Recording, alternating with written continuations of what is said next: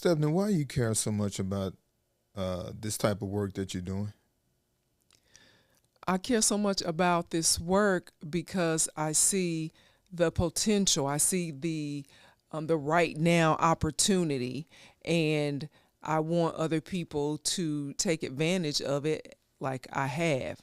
So I'm passionate about it, and I make sure that I do something every day to advance my passion and to build the business.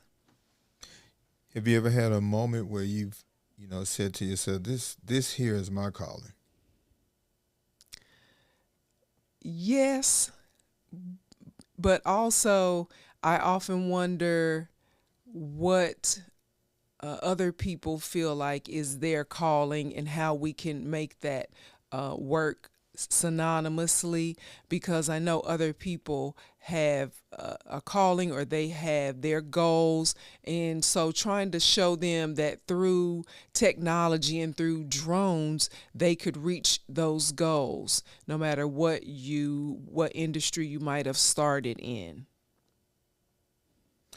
Has there been a time in, because this is how many years you've been doing this business now, TCB Drones? We started it in 2021, so after the pandemic. So about 5 years. We've had our 5 year anniversary uh, in March. So was there a time in that time frame of, celebrating 5 years that you almost threw your hands up and just said, you know what, this, No, I'm about to move on to something else? no. In fact, other opportunities have come. A lot of people, group that I know of, they're doing, what is it?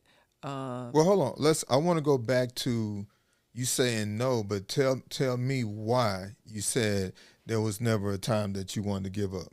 because it's at the beginning stages, it's at the formulation stage. And so that's like giving up on a baby who hasn't quite gotten the walk down. You don't give up on the baby. So this has been my baby that I believe in, and I just know that I have to keep feeding, keep nourishing, keep growing, and eventually it paid off. So no, I wasn't going to give up. And so there was never a time that you wanted to give up, but have there been times that the business has challenged you? And if so, like, how has it challenged you? Well, certainly time management is always an issue. Okay.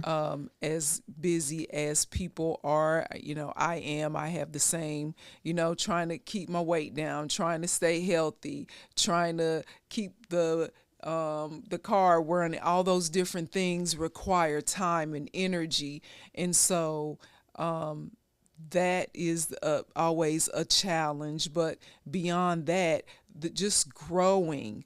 I am in the process of building the team and always looking at how I can bring people on to the team to help us grow, because as I've said many times, as you know, you can't do it by yourself.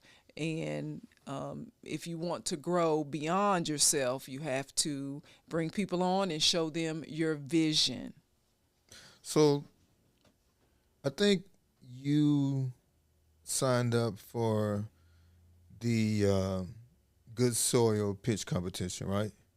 Yes, Okay. that's how we met. All right. Now, well, hold on. I'm just asking about you signing up for the good soil pitch competition. But the question I want to ask you is, were you selected? And if so, you know, tell us about that. Or if you wasn't selected, how did that make you feel? I was not selected, Okay. and how did that make me feel? I was disappointed in the moment, but then that moment passed, and I keep pushing forward because I there's always a reason why you don't get something. That doesn't mean you quit, or that maybe it just wasn't my time, or So maybe that wasn't the reason that I applied. Maybe I applied so that I could meet Kevin Williams and then go from there. So that doesn't, I don't really focus on my disappointments for too long, except to maybe see what I could learn from them. Other than that, I just brush them off. And if too much time passes, I can't even remember the details of the disappointment, frankly. What do you think people misunderstand about the drone industry, especially people of color? What do they misunderstand? A lot of people. I recently conducted the first in-person drone pilot prep course in Savannah, Georgia, with some military retirees. And one of my questions to them was, what is your takeaway after being a part of the class? And a lot of them felt like, wow, drones, I really didn't think it was that serious of a thing, but now after going through this and seeing the details and what you have to know, the knowledge that you need to get certified as a drone pilot, I can see this is a big thing. So I think people misunderstand the opportunity. They look at it as not being that big of a deal because it's a small unmanned aircraft versus a commercial jetliner. And so they skip over, they miss what they could do with that. What's the mistake that you see people make all the time when it comes to the drone industry? Not realizing that we are in the frontier of the drone industry and building their own lane. It's like being in the beginning stages of transportation, and you could do trains, you could do shipping, you could do trucking, but you have to pick a lane and work it. And so people they see the opportunity maybe as, oh, it's just a little gig on the side, but really there's so many opportunities for growth that if you're serious about building a business, this could be bigger than any job or any business that you might have thought about before. So helping them to one, get certified, and then helping them to see, okay, now that you're certified, don't just sit back and wait for somebody to call you for a gig. Right. Take hold of it and push forward and build a lane doing whatever it is that you see that could be done with drones, because they have revolutionized the data collection process. So making that work for you, and that's what they miss. What is something that you want people to feel about your brand? I want them to feel as if we are here to it's just not a transaction, that it is really something that we want for them to feel like they can come to us as like a library of knowledge, of drone skills. So, and that speaks to the growth of the company, in that right now our focus is getting as many people certified as possible as drone pilots. But then we also offer the drone lessons, and we want to eventually get to certain skill sets where we teach them what are the certain techniques to do utility line inspections, what are the techniques to do solar panel inspections, and what those certifications look like, so that they have those skill sets, and that those flight hours that they can walk into a situation and readily know how to do those things, and not just fly the drone, but that there's automation involved. That's the next level. Not just you manually being a drone pilot, but being able to sit at a systems board and coordinate doing remote drone pilot work. Let's talk about visibility. Like what does visibility mean to you when it comes to the TCB Drones brand? Like what is that to you, visibility? Visibility is building the brand, letting people know that we're here and that we are a viable option. A lot of people might consider certain companies to be their go-to company for training, but we have consistently had people in our drone pilot prep course. They've gotten certified in less than 30 days, and now they're on their way to building their skills. And so we have helped them to get their first drone job, so they can see from beginning to end within 30 to 60 days after they get certified. They're gainfully getting paid as a certified drone pilot. And so that's what, and when they do that, they come back and we have them to do their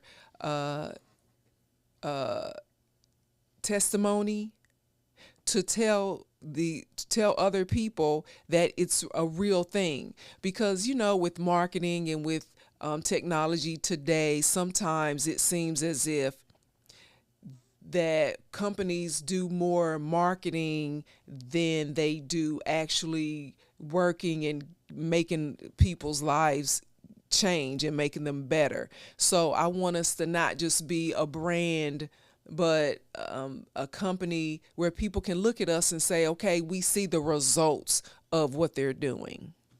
So when it comes to visibility, have you experienced from different people on them sharing with you how they found you?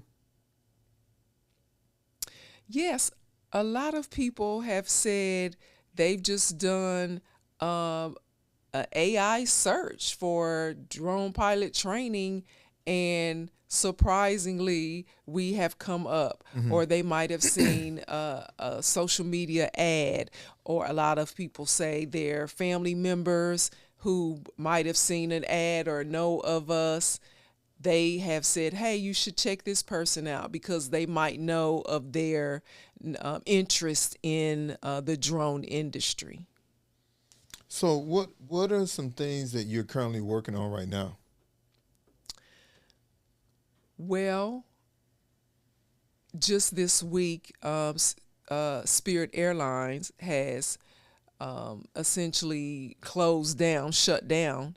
And I remember being in the airport just days ago and seeing Spirit Airline employees walking through the airport on their way to their flights. Then within 24 hours, it's on the news, Spirit Airlines has shut down and told the people, if you have a ticket, don't bother coming to the airport. So I don't know what forewarning the company gave to their employees, but that is something that I can imagine going from you are expecting to have a job, expecting to have steady income, and then all of a sudden it's not there. So one of the things that TCB Drones is working on, or has decided to do, is to help those 17, not all 17,000, but some of those employees to realize that their skills are transferable into the drone industry. And we welcome them. We want them to realize that by giving them a discount on the drone pilot prep course. So we're offering a 50% discount to all Spirit Airline employees who can show us their ID, because as far as I know, they didn't even have time to collect those, so they probably still have them. Mm-hmm. And then we will work with them, and whether it's a pilot, their skills are transferable as instructors. We need instructors who understand what the rules and regulations of aviation are. And then, of course, whether you're a flight attendant or a gate agent or a ground crew person, just realizing that the skills, whether they're soft skills or not, are transferable into the drone economy. So we want to help them to make that transition. So that's one thing. And then we're partnering with My Drone Force. They're based in Little Rock, Arkansas. We're doing through them. We are a subcontractor with the state of Arkansas to offer drone pilot prep courses as a workforce development project, and expanding we're getting a lot of interest in our what is it called, curriculum, licensing our curriculum in various states, because people, they see the need for this for their community, but they also realize the challenge in starting their own from scratch. So they're looking to partner with us, and we're looking to partner with them. So that's always an opportunity as well to license our curriculum. And so then we can work with that organization or that community hand in hand to offer our services and our curriculum without actually having to do all the work. What are 3 things that you have learned in this season? 3 things that I've learned in this season.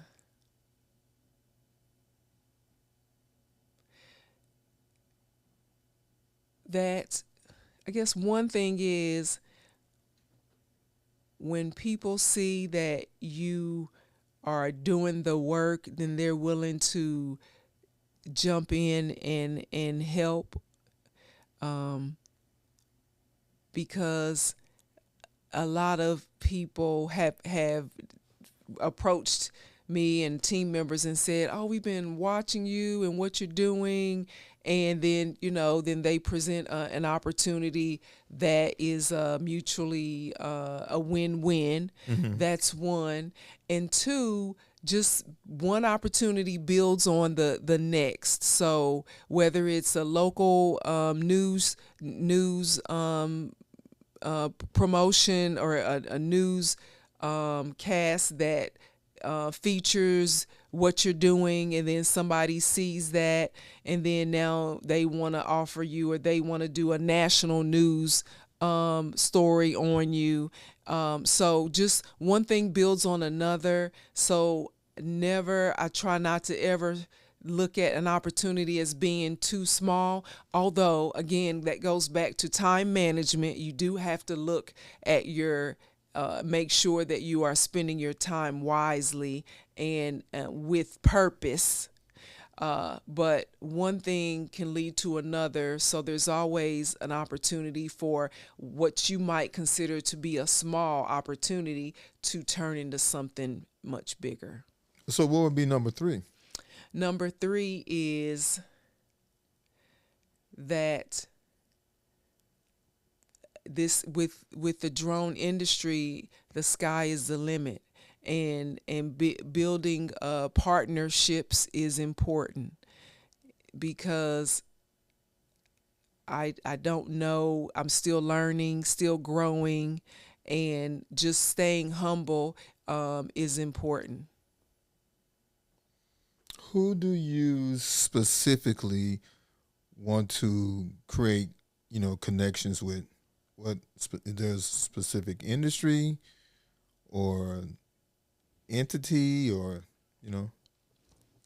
Who do I specifically want to create a partnership with? Was that your question? Connect with.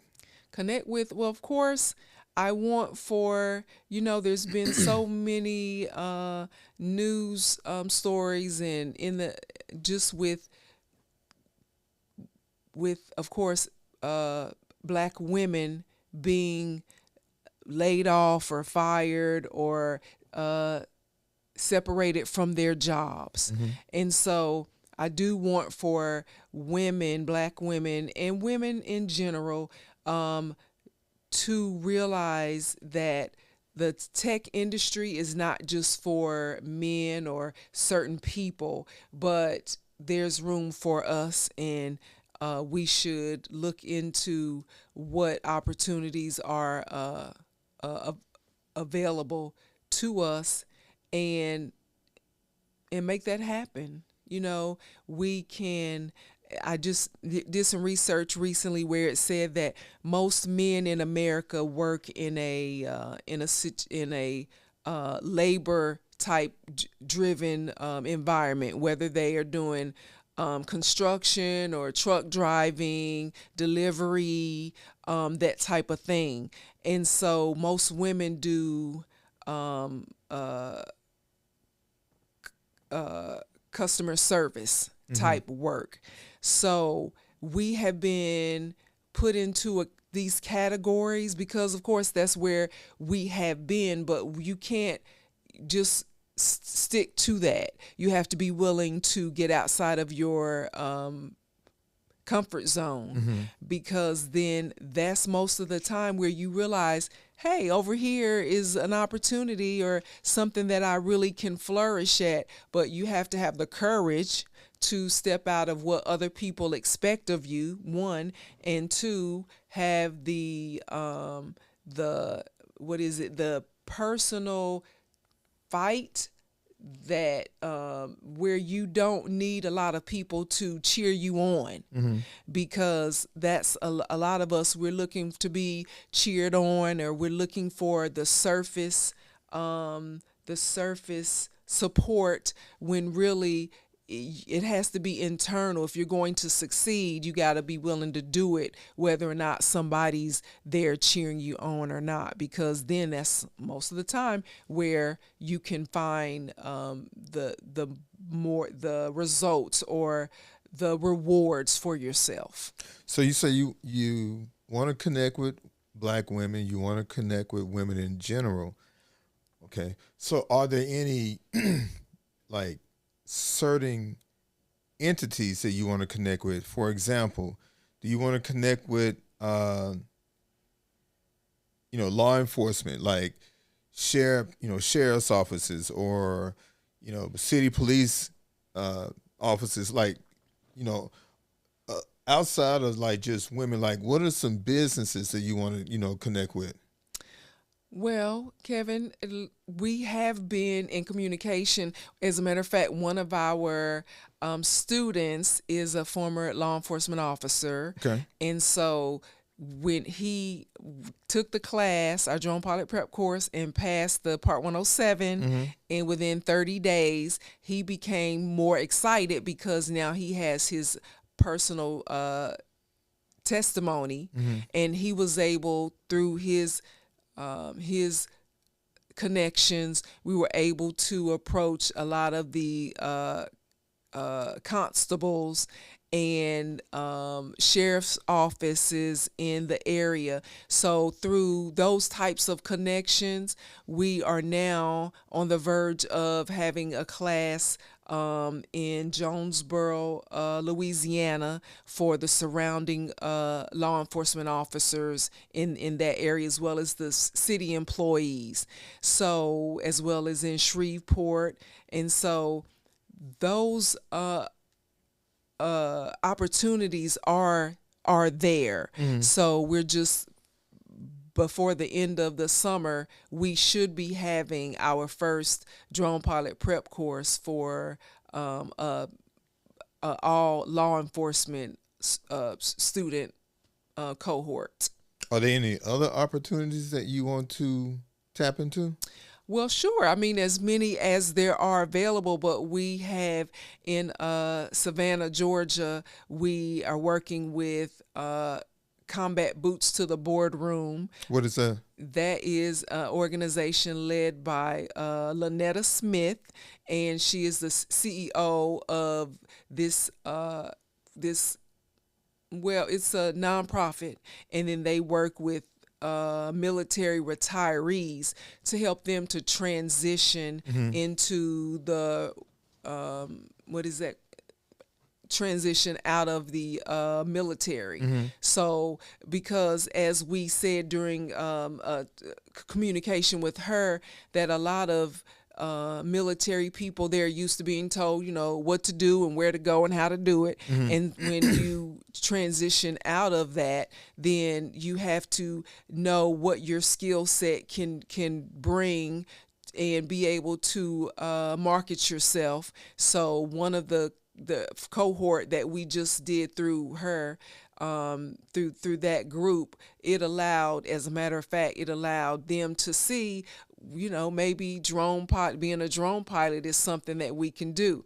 And one of the students, his name is Antonio, he broke the record for being the student who took the Part 107 and passed it the fastest. It was in less than 10 days. So from when we left Savannah during that 2-day course in person to the next week, he had gone and taken his exam and passed it. So I was so happy to hear that and excited. It just it makes me so happy when people see the vision for not just what we're saying, but they can see it for themselves, and they go and take the initiative and do the studying and go and pass that test, and don't take 6 months to do it or 2 months, but within 30 days is what we show them that they can do it. So you had a chance to participate as a vendor at a HBCU college. What was the name of the college, and what was that experience like? So we participated in the HBCU Black Wall Street Career Fest in Little Rock. We were at the what was Arkansas Baptist College. So that was great because we were able to talk to students about the chance for them to really consider being a drone pilot as a career opportunity.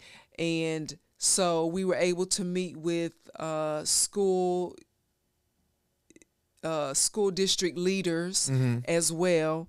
And so it was during that time that we were able to solidify our agreement to work with the state to provide those the drone pilot prep courses. So and that goes back to what I was saying, whereby you might think you're just going to show up and do one thing, but then other chances to meet other people, that opens up as well while you're there, because you never know who's looking for that.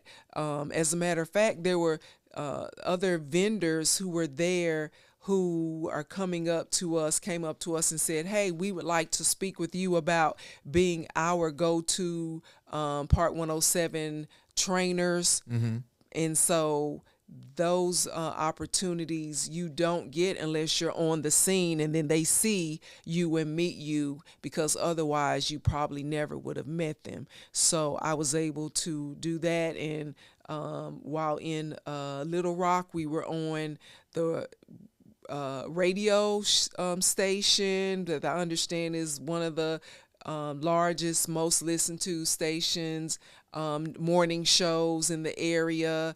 And then, of course, local news people came out. So it was a real community event that it seemed like everyone appreciated and that they took something from it. So that's always great to know that you're impacting the community. So it works for them and it worked for us. So you also had a chance to speak at a middle school there in Little Rock, Dunbar Middle School. What was that experience like? That was great. The teachers certainly appreciated us being there, and the students did too, although it was at the end of the school day.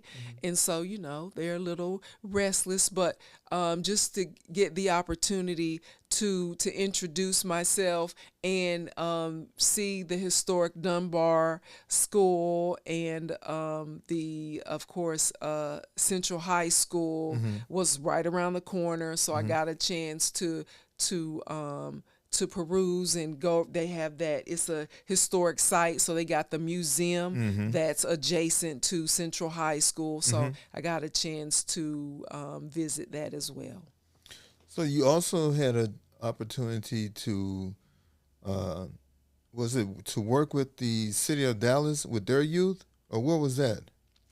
Yes, that was through the Department of Aviation. They had it's a program called Leaps and Bounds. So it's an annual event where students who are interested in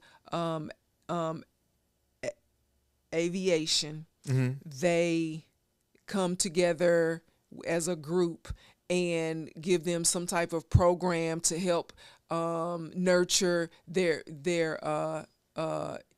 interest in that field, whether they want to be pilots or whether they want to do something else in that arena. So they called and asked me to be the speaker this year. So I was able to do that and do a presentation and meet the students. So we met about 90 to 100 of their students from their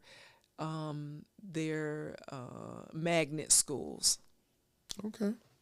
So let me ask you this. This is more on a little bit more on a deeper level. What do people assume about success that isn't true? What do people assume about success? I guess the old adage that it's overnight, that it happens without much effort. I would say that probably is the biggest thing, because which I don't know why they would think that, but yeah, I would assume that's it, that they think, okay, once you get it, then you can just ride that wave. But if you are in an arena like technology, things are constantly changing. So you have to be able to change with it to keep your success intact or to keep it growing. They think success is going to find them because maybe they feel like, well, I'm good at what I do. I look a certain way, or however they think about it. They think it's just going to come to them with no effort or little effort. But that's not true. You have to work for it and build a network and keep at it. What was the price you had to pay to, be where you are today? I would say, and I never think that I have arrived, because. Well, no, so I didn't say since you arrived. I said where you are today. So, yeah. But what was the cost? I mean, what did that cost you? Well, here's something that I always hear. It's like people, the image of success is, oh, you're just floating through and it's all beautiful. And it's kind of like when you see a pretty woman or you see a handsome guy, you admire them in that moment, but most people don't consider what it takes to get to that picture or that image. So going back to me, I feel as if what I always get from people is you're just so busy. You're just so, as if I should not, I should just be sitting around or something. I don't know. But I would say that I'm trying to bring that all together in that I'm busy building a business. I'm busy. So it has cost you time. Yes, it has cost me time. And, going back to that analogy of the handsome person or the pretty person, what are they doing to get that look? They are putting in some type of work, whether you feel like they took a route that you wouldn't take, or they took a route, so everybody's got to take their own road, and mine is it costs me time. Yes. What's one conversation that has changed your life? Well, I wouldn't say there was just one conversation. But we just needed the one for right now. The one you probably have a list of them, but yeah. That changed my life. I would say, and I can't even necessarily remember, but it's the conversation that tells me if I do just sit on the couch and do nothing, nobody's going to care whether I succeed or not. So I don't look for people to care about you or care about your success, or even cheer your success. You have to have that internal fire that keeps you going even when people don't care. And people don't. They're doing their own. They've got their own thing they're going through. Most of us, all of us. So that conversation, which I get it from different ways, whether it's a book I'm reading or somebody's life that they're going through, or something my mother said, that, nobody, it's up to you, Steffanie. You got to do it. And so that's why I continue to get up, or continue to go to the gym, or continue to make the calls, or continue to do the business, because it's my results are my results. And so I'm the only one that I need to care about, who cares about it working or not. What's one thing you think people misunderstand about leadership?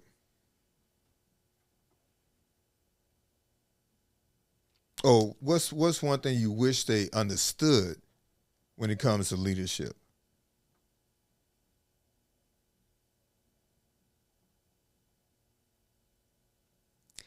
That leadership, what I wish they understood is that it can be,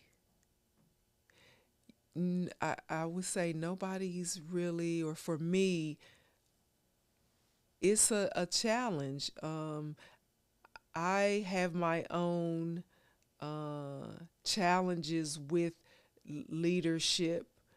What are your challenges? Sometimes, you don't, sometimes I don't want to, I mean, I still get stage fright.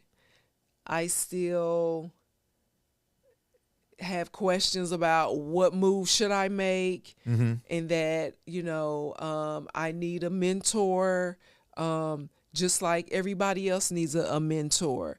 So I would say, I don't know if this is the question or that was the previous question, but as a leader or building this business, I still need a mentor, somebody who might have done what I'm doing, or has more knowledge and wisdom on building a business. So it's not something that you just get and you go. You still have questions, and question whether or not I'm making the right move. But so I would say that for me is making sure I'm listening to the right people, have the right team around me, and don't let be discerning about who I listen to versus who I let just pass through. You went through a program through Goldman Sachs. Kind of walk us through that, if you don't mind, real quick. Real quick. Yeah. So that was the Goldman Sachs 1 million Black women, Black in business. Okay. It was essentially a accelerated business program. So what I learned from it, one was that I should be putting processes in place so that I am not the only one doing the daily work. So if I want to be a CEO and not a solopreneur doing all the work, I have to have processes in place so my team members can do what needs to be done, and I can focus on getting more contracts and building the business in that way. So that's what I learned, one. And two, that many Black women in business are going through the same things. So knowing that lets me know that I have a support system through the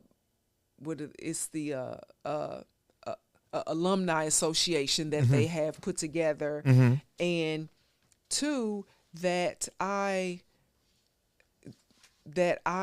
don't have to try to figure a lot of things out when if somebody else is going through the same thing, they might be able to help me to come to a solution quicker than me having to try to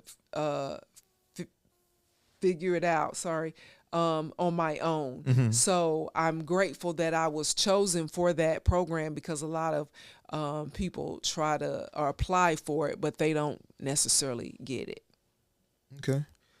I want you to look at I guess it'd be the third camera to your left, and I want you to share with the people who have watched this, what are 3 things they need to consider when it comes to starting a business? Just 3, what's in your opinion, the 3 simplest things that they need to consider when they're, starting a business? Well, I would say the 3 things that anyone needs to consider when starting a business is start a business not that you want to do necessarily, but what the market says is a good thing to do. That's how I landed on drones, because I did my research and it said drones are going to be the fastest growing sector of technology. So look at the what's growing and what's going to be growing in 20 years from now. 1, 2, whether that's what you've been doing, be willing to pivot, because, and when I say pivot, doing something maybe that totally was not what you thought you'd be doing. Come back to the mic just a little bit. Okay. So be willing to choose something that is that's viable and growing. Be willing to pivot into that, and then be committed to doing whatever it takes, whether that's a time commitment and building alliances, because it is going to take time. And if you are married or you have children or you have family, make sure that they are on board with you, and or at least they know why that you are going to be doing that, because it's going to take time. And so that's important, to be able to put in the time and energy to make it work. Okay.